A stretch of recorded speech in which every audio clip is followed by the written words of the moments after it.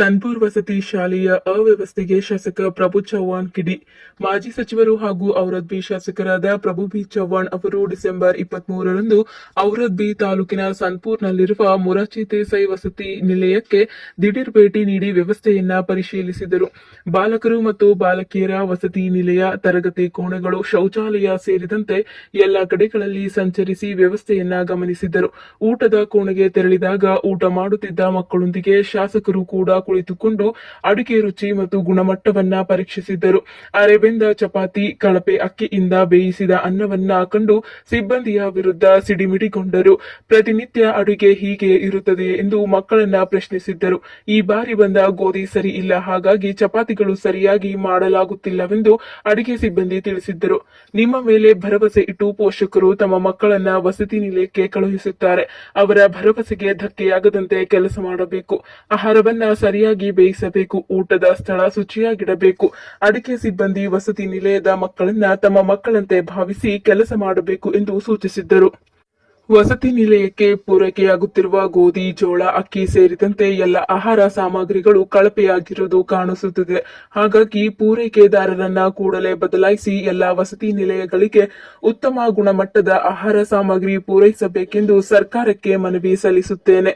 ತಾವು ಕೂಡ ವರದಿ ಸಲ್ಲಿಸಬೇಕೆಂದು ಸ್ಥಳದಲ್ಲಿದ್ದ ತಹಸೀಲ್ದಾರರಿಗೆ ನಿರ್ದೇಶನ ನೀಡಿದ್ದರು. ನಂತರ ಸಮಾಜ ಕಲ್ಯಾಣ ಇಲಾಖೆಯ ಉಪನಿರ್ದೇಶಕರಿಗೆ ದೂರವಾಣಿ ಮೂಲಕ ಸಂಪರ್ಕಿಸಿ ವಸತಿ ನಿಲಯದಲ್ಲಿ ಅವ್ಯವಸ್ಥೆ ತಾಂಡವವಾಡುತ್ತಿದೆ, ತಾವು ಮುತುವರ್ಜಿ ವಹಿಸಿ ಸುಧಾರಿಸಬೇಕೆಂದು ತಿಳಿಸಿದ್ದರು. ತರಗತಿ ಕೋಣೆಗಳಿಗೆ ತೆರಳಿ ಪಠ್ಯ ಚಟುವಟಿಕೆಗಳ ಬಗ್ಗೆ ಮಾಹಿತಿ ಪಡೆದುಕೊಂಡರು. ವಿದ್ಯಾರ್ಥಿಗಳು ವಸತಿ ಶಾಲೆಯಲ್ಲಿರುವ ಸಮಸ್ಯೆಗಳನ್ನ ಶಾಸಕರ ಗಮನಕ್ಕೆ ತಂದರು. ಎಲ್ಲ ಸಮಸ್ಯೆಗಳನ್ನ ಸರಿಪಡಿಸಲಾಗುವುದೆಂದು ಶಾಸಕರು ತಿಳಿಸಿದ್ದರು. ತರಗತಿಗಳು ಅಚ್ಚುಕಟ್ಟಾಗಿ ನಡೆಸಬೇಕು. ಮಕ್ಕಳಿಗೆ ಥಳಿಸಿರುವುದು, ಗದರಿಸುವುದು ಮಾಡಿಕೊಡದಂತೆ ಶಿಕ್ಷಕರಿಗೆ ತಿಳಿಸಿದ್ದರು. ಸಾಫ್ಟ್ ನರ್ಸ್ಗಳ ಬಗ್ಗೆ ಸಾಕಷ್ಟು ದೂರುಗಳು ಬಂದಿವೆ. ಮಕ್ಕಳಿಗೆ ಅನಾರೋಗ್ಯವಾದಾಗ ತಕ್ಷಣ ಚಿಕಿತ್ಸೆಗೆ ಮುಂದಾಗಬೇಕು. ಮಕ್ಕಳೊಂದಿಗೆ ಸರಿಯಾಗಿ ವ್ಯವಹರಿಸಬೇಕು. ಇಲ್ಲವಾದಲ್ಲಿ ಕಠಿಣ ಕ್ರಮ ಜರುಗಿಸಬೇಕಾಗುತ್ತದೆ ಎಂದು ಎಚ್ಚರಿಕೆ ನೀಡಿದ್ದರು. ನಾನು 2 ತಿಂಗಳಿಗೊಮ್ಮೆ ವಸತಿ ಶಾಲೆಗೆ ಭೇಟಿ ನೀಡುತ್ತಿರುತ್ತೇನೆ. ಅವ್ಯವಸ್ಥೆ ಸುಧಾರಿಸಬೇಕೆಂದು ಹೇಳಿದ್ದರು. ನಾನು ಶಿಕ್ಷಣ ಕ್ಷೇತ್ರದ ಅಭಿವೃದ್ಧಿಗೆ ಮೊದಲ ಆದ್ಯತೆ ನೀಡಿದ್ದು, ವಸತಿ ನಿಲಯಗಳಿಗೆ ಎಲ್ಲ ರೀತಿಯ ಸೌಕರ್ಯಗಳನ್ನ ಒದಗಿಸುತ್ತಿದ್ದೇನೆ. ವಸತಿ ಶಾಲೆಯ ಆವರಣದಲ್ಲಿ ಸಿಸಿ ರಸ್ತೆ, ಬಯಲು ರಂಗಮಂದಿರ ಸೇರಿದಂತೆ ವಿವಿಧ ಅಭಿವೃದ್ಧಿ ಕೆಲಸಗಳನ್ನ ಮಾಡಿದ್ದೇನೆ.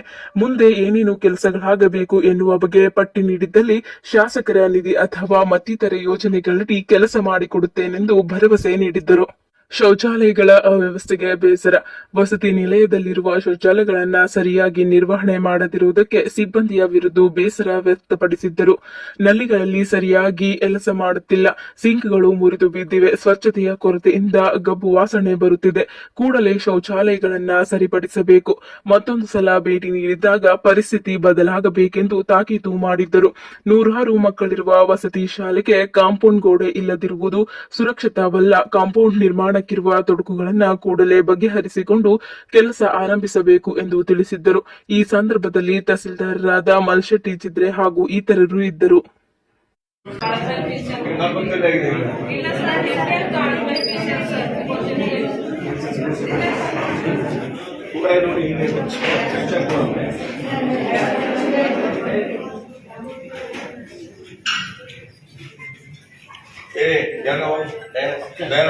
ಅವರಿಗೆ ನಮ್ಗೆ ಕೊಡ್ರಿ ಪೂರ್ತಿ ಕಚ್ಚಾ ಬೀಚ್ ಆಗಬಾರ್ದು. ಪೂರ್ತಿ ನೋಟಿಸ್ ಕೊಡ್ರಿ. ಈಗ ತಾವು ಕೂಡ ಮನೆ ಆಗಲ್ಲ.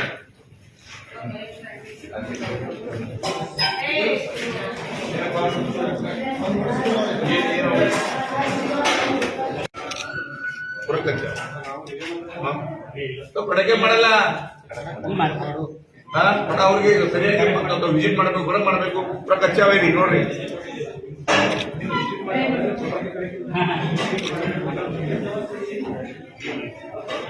ಇಲ್ಲ ಹುಡುಗರು ನೋಡ್ರಿ. ಈಚೆ ಬಂದು ನೋಡ್ರಿ. ಈ ನೋಡ್ರಿ ನೋಡಿ ನೋಡಿ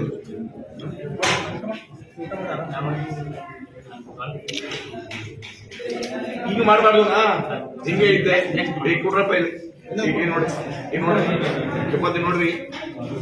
ಈಗ ನೋಡಿ ಚಪಾತಿ, ಈ ಚಪಾತಿ ನೋಡ್ರಿ. ಚಪಾತಿ ನೋಡ್ರಿ. ಹಿಂಗೆ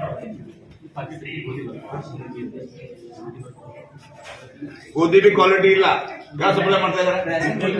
ಯಾವ ರೇಷನ್ ಬಿಡಿಸಿ ಬರ್ತದೆ. ಬೇರೆ ಯಾರು ಮಾಡ್ತಾರೆ? ಯಾರು ಸಪ್ಲೈ ಮಾಡ್ತಾರೆ? ಏನೇನು ಬರುತ್ತೆ ನೋಡಿ ಪೂರಾ ಕೊಡ್ರಿ. ಊಟ ಮಾಡುತ್ತೆ, ಊಟ ಮಾಡುತ್ತೆ, ಯಾರು ಮಾಡಲ್ಲ.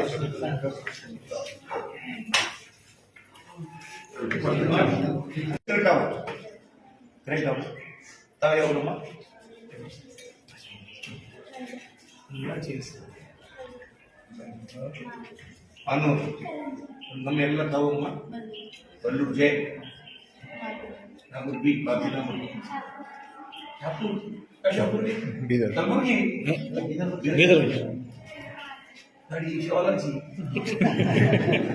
आधी अच्छा होता आधी दिवस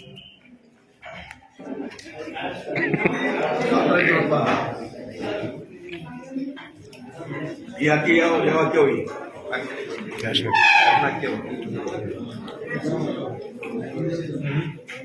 ಯಾವ ರುಚಿ ಇಲ್ಲ. ಎಲ್ಲ ಸಾಬ್ ನೋಡ್ರಿ, ರುಚಿ ಇಲ್ಲ ನೋಡ್ರಿ.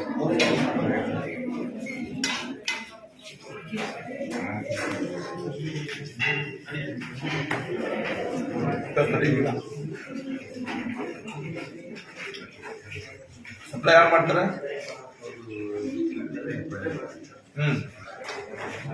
ಯಾರ್ಯಾರು ಕೊಡ್ತಾರ ಅವ್ರು